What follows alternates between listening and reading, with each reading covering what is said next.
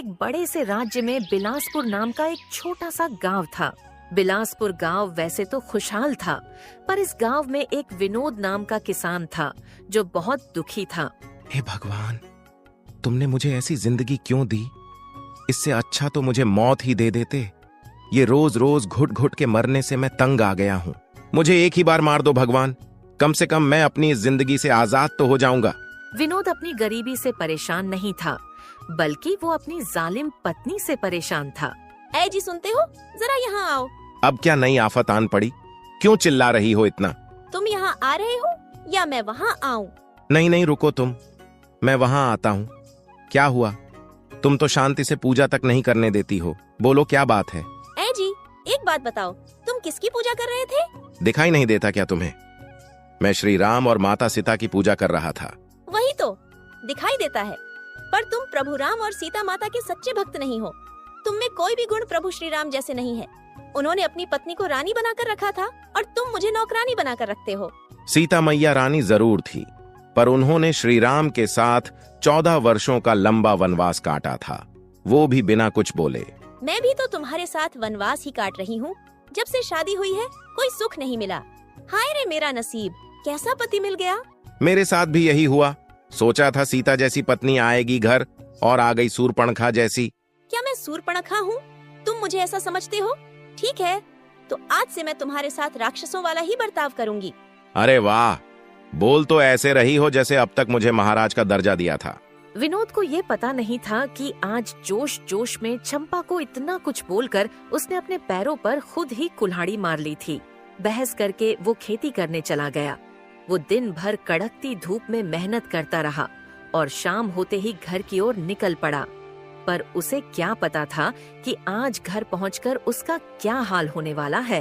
जब वो घर पहुंचा तो उसने देखा कि चंपा गुस्से में घर के एक कोने में बैठी थी। चंपा, अरे ओ चंपा, इतनी देर से आवाज दे रहा हूँ, बहरी हो गई हो क्या? तुम ऐसा ही समझ लो। लगता है अब तक तुम्हारा गुस्सा शांत नहीं हुआ। खैर छोड़ो, आज खेतों में बहुत काम किया है, भूख लगी है, जल्दी खाना लगा दो। आज खाना नहीं मिलेगा क्योंकि मैंने खाना नहीं बनाया। क्या मतलब नहीं बनाया? कहना क्या चाहती हो? नहीं बनाया मतलब नहीं बनाया। वैसे भी मैं सूर्पणखा हूँ ना। सूर्पणखा एक राक्षसनी थी, और कौन सी राक्षसनी खाना बनाती है? तुम्हें भूख लगी है तो खुद खाना बना लो और खा लो।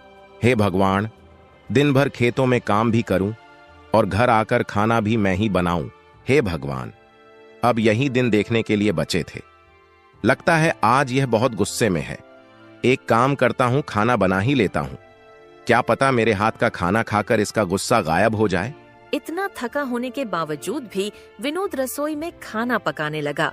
विनोद थोड़ा भोला था और इसी बात का फायदा चंपा उठाया करती थी और अपनी सारी बातें विनोद से मनवा लेती थी। विनोद ने खाना पकाया और अपनी पत्नी को भी खिलाया, पर चंपा का गुस्सा टस से मस नहीं हुआ। वो पहले की तरह गुस्से में ही खाना खाने लगी। अगले दिन भी चंपा गुस्से में ही थी। विनोद बिना उससे बात किए खेत पर चला गया और रोज की तरह कड़ी मेहनत करने लगा। शाम को जब वो घर पहुंचा तो घर वैसे का वैसा ही था। चंपा ने कुछ भी नहीं किया था। अरे ये क्या चंपा, आज भी तुमने घर साफ नहीं किया? राक्षसों को गंदगी पसंद है। अगर तुम्हें नहीं पसंद है तो खुद ही साफ कर लो ना। अरे ये सब छोड़ो, चलो कम से कम मुझे खाना तो दे दो। नहीं दूंगी। तुम्हें खाना है तो खुद बनाओ और खाओ। विनोद समझ गया था कि आज भी उसे ही खाना बनाना होगा। वो चुपचाप रसोई में गया और उसने खाना बना लिया। ये सिलसिला 3-4 दिनों तक चलता रहा और चंपा घर का कोई भी काम नहीं कर रही थी। ऊपर से खाना भी विनोद को ही पकाना पड़ रहा था और अब विनोद का सब्र भी खत्म हो गया था। आज जब विनोद खेतों से घर लौटा तो वो चंपा पर बरस पड़ा। कैसी औरत हो तुम, शर्म नहीं आती तुम्हें? तुम्हारे रहते मुझे ही घर का सारा काम करना पड़ रहा है। क्या इसीलिए तुम्हें दुल्हन बनाकर लाया था? मैं औरत कहाँ हूँ, मैं तो राक्षसी हूँ और राक्षसनी तो ऐसी ही होती है। मैंने तुम्हें एक बात क्या बोल दी, तुम तो वहीं लेकर बैठ गई हो। हाँ तो बैठूंगी ही। तुम्हें क्या लगता है कि मैं कुछ नहीं करती ना? अब सारा काम तुम करो और मैं आराम करूंगी। वो तो तुम पहले से ही चाहती थी, एक नंबर की कामचोर जो हो। हाँ हूँ तो क्या। और सुनो, मेरे मायके में मुझे कोई काम नहीं करना पड़ता था। रानी जैसे रहती थी मैं वहाँ, समझे? जब मायके में तुम रानी थी तो क्यों की मुझ गरीब से शादी? मेरी मती मारी गई थी इसलिए तुमसे शादी की, अब पछता रही हूँ। विनोद चंपा की ऐसी बातें सुनकर गुस्से से घर से बाहर आ गया। अगर रोज रोज मैं ऐसे ही खाना बनाता रहूंगा तो ये मेरे भोलेपन का और फायदा उठाती रहेगी। यही बातें सोचते सोचते विनोद सीधे अपने काका के घर गया। अरे आओ विनोद बेटा, कैसे आना हुआ? काकी खाना है क्या? बहुत भूख लगी है। अरे है ना, आ बैठ, मैं तेरे लिए अभी फटाफट खाना लगाती हूँ। विनोद की काकी ने विनोद को खाना दिया। विनोद ने भर पेट खाना खाया। क्या बात है विनोद, तू तो ऐसे खा रहा है जैसे कि कई दिनों से ढंग से खाना ना मिला हो। अब आपसे क्या छुपाऊं काकी, चंपा पे फिर से भूत सवार हो गया है। विनोद अपनी कहानी बता ही रहा था, तभी विनोद का चचेरा भाई चंदन घर आता है। कुछ दिन पहले मैंने उसे गुस्से में सुर्पणखा क्या बोल दिया, वो वहीं बात लेकर बैठ गई है कि वो राक्षसनी है और घर का कोई काम नहीं कर रही है। खाना तक मैं बना रहा हूँ। हे भगवान, ये लड़की भी ना, और कितना परेशान करेगी तुझे। और आप तो जानती ही हो काकी, मैं कितना अच्छा खाना बनाता हूँ। कभी मसाला ज्यादा तो कभी नमक। कई दिनों से अच्छा खाना नहीं मिला। तो तू उससे माफी मांग ले बेटा, इसी में तेरी भलाई है। ये क्या बात हुई? हर बार विनोद ही क्यों माफी मांगे? विनोद इतना भोला है, इसी बात का फायदा उठाती है वो चुड़ैल। सही कहा चंदन। काकी, इस बार मैंने ठान लिया है, चाहे वो अपने मायके ही क्यों न चली जाए, मैं माफी नहीं मांगूंगा। काकी, अगर चंपा को ऐसा लगता है कि वो मेरे बगैर भी सुखी जिंदगी बिता सकती है तो मैं तो चाहूंगा कि वो अपने मायके ही चले जाए। भैया, आपका ये हाल देखकर मुझे इस बात की खुशी है कि मैंने अब तक शादी नहीं की। चुप कर, एक तो वो दुखी है, ऊपर से तू उसका मजाक उड़ा रहा है। अच्छा भैया, मेरे पास एक रास्ता है जिससे भाभी को आपकी अहमियत समझ में आ जाएगी और फिर वो कभी आपसे बात बात पर नहीं लड़ेगी। कैसा रास्ता है, जल्दी बता मेरे भाई। चंदन ने तुरंत विनोद को अपना आइडिया बताया। चंदन, तुझे क्या लगता है तेरा ये आइडिया काम करेगा? आप मेरी बात मानो भैया, 100% मेरा ये आइडिया काम करेगा। चल ठीक है चंदन, तो तेरे इस आइडिया पर काम करते हैं। उस दिन विनोद घर नहीं लौटा और वो काका के घर के अंदर वाले कमरे में ही सो गया। काफी रात हो गई थी और यहाँ चंपा को विनोद की फिक्र होने लगी थी। अब तक कैसे नहीं आए? इतनी रात तक तो वो बाहर नहीं रहते, शायद खेत में ही सो गए होंगे। लगता है सुबह आएंगे। विनोद का इंतजार करते करते चंपा सो गई और सवेरे मुर्गे की बांग सुनकर उठी। अभी तक घर नहीं आए, चलो मैं ही खेत जाकर देखती हूँ कि वो कहाँ रह गए। चंपा खेत की तरफ निकल पड़ी, परंतु जब वो खेत पर पहुंची तो विनोद उसे वहाँ भी नहीं मिला। चंपा परेशान हो जाती है और आसपास काम कर रहे गांव वालों से पूछने लगती है, परंतु किसी से भी उसे विनोद की खबर नहीं मिली। पता नहीं कहाँ चले गए ये, अब मुझे चिंता होने लगी है। तभी खेत के पास उसे गांव के मुखिया मिलते हैं। मुखिया चाचा, क्या आपने मेरे इनको देखा है? नहीं चंपा बेटा, मैंने तो उसे 2-3 दिनों से नहीं देखा है। अच्छा ठीक है चाचा, मुझे लगता है कि वो काकी के यहाँ गए होंगे। चंपा तुरंत काका काकी के घर गई। काकी, वो यहाँ आए थे क्या आपके यहाँ? नहीं बेटा, क्यों, क्या हुआ है? काकी, कल से वो घर नहीं आए हैं, पता नहीं कहाँ चले गए हैं। भाभी, कल मैंने भैया को नदी के पास देखा था, शायद अब तक वही हो। क्या कहा? नदी के पास? मैं अभी जाकर देखती हूँ। चंपा वहाँ पहुँची तो विनोद वहीं था और वो नदी में कूदने ही वाला था। अरे रुको, ऐसा मत कीजिए, रुक जाओ। अरे रुक जाओ जी, ऐसा मत कीजिए, आपको मेरी कसम। बोलो, क्या हुआ? क्यों आई हो तुम यहाँ? चैन से कोई तो काम करने दो मुझे। मुझे पता है, आप मेरी हरकतों से परेशान होकर नदी में कूदने जा रहे थे। बेवकूफ चंपा नहीं जानती थी कि विनोद नदी के पास रहने वाले बाबा से मिलने आया था, जो उसको चंपा की रोज रोज की झगड़ा करने वाले आदत से बचा सके। पर विनोद ने सोचा कि क्यों ना इस अवसर का फायदा उठाया जाए। तो मैं क्या करूं? परेशान हो गया हूं इन रोज रोज के झगड़ों से। मुझे कुछ नहीं समझा तो मैं यहाँ चला आया। चंपा को कुछ समझ नहीं आया कि वो क्या करे, तो वो तुरंत विनोद से माफी मांगने लगी। मुझे माफ कर दीजिए, मैं आपको आज से कभी परेशान नहीं करूंगी और आज से घर के सारे काम भी मैं ही करूंगी। विनोद ने मौके का फायदा उठाया और अपने मन की ओर भी इच्छाएं चंपा को बोल दी। वो सब तो ठीक है, पर मुझे जो तुम्हारी सबसे ज्यादा चुभने वाली आदत है, वो तुम्हारी हर बात पर अपने मायके वाली बातें बीच बीच में लाने वाली आदत।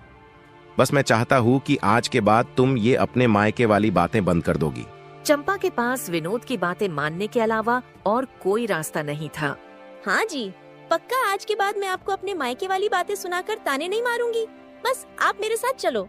ठीक है, चलो, माफ करता हूँ तुम्हें, और कर भी क्या सकता हूँ, प्यार जो करता हूँ तुमसे। फिर क्या था, चंपा और विनोद हंसी खुशी घर आ गए। चंपा पूरी तरह से बदल गई थी। वो घर के सारे काम करने लगी थी और विनोद के घर आने से पहले ही खाना बनाकर रखती थी। क्या बात है चंपा, तुम तो पूरी तरह से बदल गई हो। आजकल तुम घर को बहुत साफ रख रही हो और तुम्हारे हाथ के खाने का स्वाद भी बहुत अच्छा हो गया है। बस जी, और तारीफ मत कीजिए मेरी। आप खाना खाइए वरना खाना ठंडा हो जाएगा। चंपा और विनोद अब बहुत खुश थे। चंपा में इतना बदलाव आ गया था कि वो अब विनोद को खाना देने उसके खेतों पर जाने लगी थी। ए जी, सुनते हो?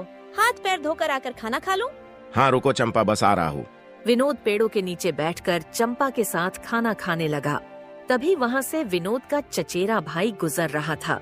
उसने विनोद और चंपा को इतना खुश देखकर मन ही मन में सोचा, चलो अच्छा है, लगता है नदी वाले बाबा के पास जाने का विनोद भैया को फायदा तो हुआ है।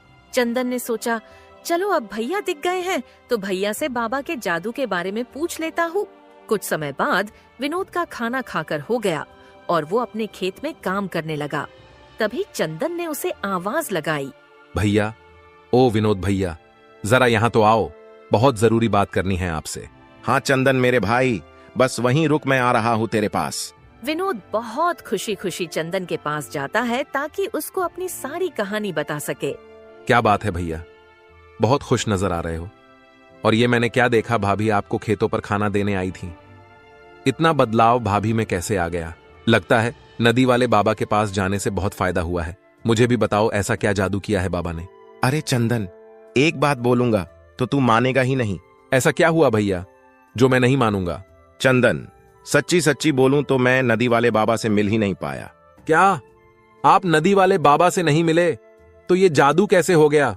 भाभी इतनी कैसे बदल गई?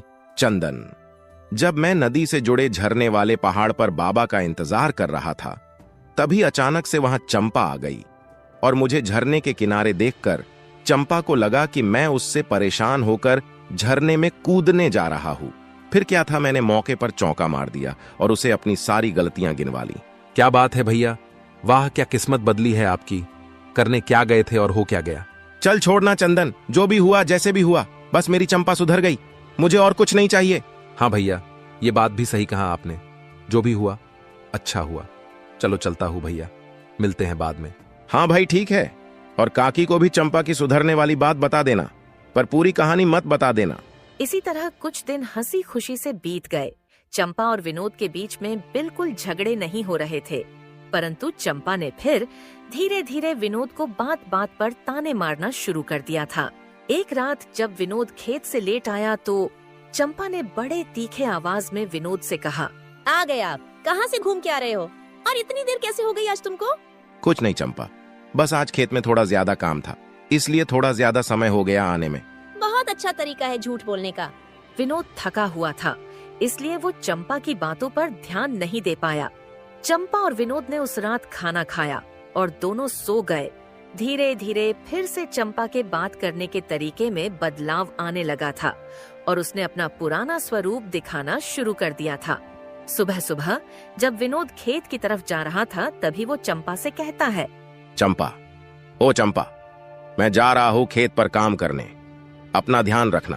तभी बगल वाले कमरे से चंपा कहती है, हाँ जाओ, तुमको क्या, खेतों पर काम करने के बहाने से रोज कहीं न कहीं घूमने निकल जाते हो। विनोद को कुछ समझ नहीं आया कि चंपा क्या कह रही है। विनोद चुपचाप अपने खेतों पर चला गया। विनोद ने दिन भर मेहनत की, परंतु वो चंपा की बातों को भूल नहीं पा रहा था। मुझे चंपा की बातें कुछ समझ नहीं आई, आखिर वो कहना क्या चाहती थी। चलो कोई नहीं, आज चंपा के लिए कुछ अच्छा सा ले जाऊंगा ताकि उसके सारे गीले शिकवे दूर हो जाए। उस शाम विनोद चंपा के लिए तोहफा लेकर जाता है, परंतु जब वो घर पहुंचता है तो देखता है चंपा सो गई है। विनोद उसे आवाज लगाकर कहता है, चंपा, ओ मेरी चंपा रानी, सो गई क्या? देखो तो मैं तुम्हारे लिए क्या लाया हूँ। चंपा ने विनोद की कोई बात नहीं सुनी और सोई की सोई रही। विनोद को कुछ समझ नहीं आ रहा था कि अचानक चंपा को क्या हो गया है। विनोद ने सोचा शायद चंपा की तबीयत खराब होगी, तो वो रसोई में खाना बनाने चला गया। परंतु जब वो रसोई घर में जाता है तो देखता है चंपा ने पहले से ही विनोद के लिए खाना निकाल के रख दिया था। क्या हो गया है चंपा को? किसकी नजर लग गई मेरी चंपा को? ये ऐसा बर्ताव क्यों करने लगी हैं? विनोद को दाल में कुछ काला लगा क्योंकि चंपा के बर्ताव में अचानक ही बदलाव आया था। विनोद मन ही मन सोचता है, चलो फिलहाल चंपा को सोने देता हूँ। सुबह खेत पर जाने से पहले चंपा से इस बारे में बात करूंगा। फिर विनोद अकेले ही खाना खाता है और अपने कमरे में जाकर जमीन पर ही सो जाता है। फिर अगली सुबह विनोद खेत पर जाने से पहले चंपा को आवाज लगाता है। चंपा, अरे ओ चंपा, कहाँ हो तुम? यहाँ आओ तो कुछ बात करनी है तुमसे। विनोद के इतना आवाज लगाने के बाद भी चंपा का कोई जवाब नहीं आता है। फिर विनोद सोचता है कि शायद चंपा रसोई घर में होगी और उसे ढूंढने वो रसोई घर में जाता है। रसोई घर में जब विनोद पहुंचा तो उसने देखा कि चंपा ने पहले ही विनोद के लिए खाने का डब्बा बांधकर टेबल पर रख दिया था। विनोद खाने का डिब्बा लेता है और खेत पर चला जाता है। विनोद चंपा के बदले हुए बर्ताव के बारे में सोच सोच कर काम कर रहा था। तभी वहाँ से चंदन गुजरता है और विनोद को परेशान देख उसे आवाज लगाता है। ओ विनोद भैया, क्या हुआ? बहुत परेशान लग रहे हो, क्या हुआ है? कुछ नहीं चंदन, बस पता नहीं चंपा को अचानक क्या हो गया है। कुछ दिनों से उसका बर्ताव बिल्कुल बदल सा गया है। क्यों भैया, ऐसा क्या किया तुमने? हाल फिलहाल में कुछ हुआ था क्या? ऐसा कुछ खास तो नहीं, बस बीच में खेत के काम के चक्कर में थोड़ा लेट जा रहा था, तब से उसका बर्ताव बदल सा गया है। बस इतनी सी बात। एक काम करो भैया, आज तुम घर जल्दी चले जाओ। देखना तुमको जल्दी घर आया देखकर चंपा भाभी का मूड सही हो जाएगा। ठीक है भाई, आज वही करता हूँ, जल्दी चला जाता हूँ घर। फिर क्या था, विनोद ने फटाफट से अपना काम पूरा किया और आज जल्दी घर चला गया। घर पहुंचकर विनोद चंपा को आवाज लगाता है। चंपा, ओ चंपा, कहाँ हो? विनोद के इतना आवाज देने के बाद भी चंपा का कोई जवाब नहीं आया। चंपा को ढूंढते ढूंढते विनोद रसोई घर में जाता है। जब विनोद रसोई घर के पास पहुंचता है तो उसे रसोई घर से चंपा और बगल वाली मीना भाभी की आवाज आती है। विनोद वहीं रसोई घर के दरवाजे के पास कान लगाकर खड़ा हो जाता है और दोनों की बातें सुनता है। चंपा भाभी, आप अपने पति पर ध्यान दिया करो। ये पतियों का कोई भरोसा नहीं होता है। काम के नाम पर रात को देर से आते हैं और काम का बहाना बताकर बात काट देते हैं। हाँ भाभी, मेरे वाले भी आजकल घर बहुत लेट से आने लगे हैं, इसलिए मैं भी उनसे सही से बात नहीं कर रही हूँ ताकि उनको अपनी गलती का एहसास हो जाए। सही किया भाभी तुमने। तुमको अपने पति को अपने काबू में रखना है तो तुमको उनसे थोड़ी टेढ़ी बनकर रहना होगा, तभी वो तुम्हारी हर बात मानेंगे। रसोई घर के दरवाजे पर खड़े विनोद को चंपा के बदले हुए बर्ताव का कारण पता चल जाता है। चंपा और मीना दोनों की बात को काटते हुए विनोद अंदर आ जाता है। वाह भाभी वाह, खुद का घर तो संभाल नहीं पाती हो और दूसरों के अच्छे खासे घर में आग लगाने का काम कर रही हो। विनोद को देखते ही मीना वहाँ से चली जाती है। क्या बात है चंपा, मीना भाभी की कुछ बातें सुनकर तुम मुझ पर शक करने लगी? नहीं जी, ऐसी कोई बात नहीं है।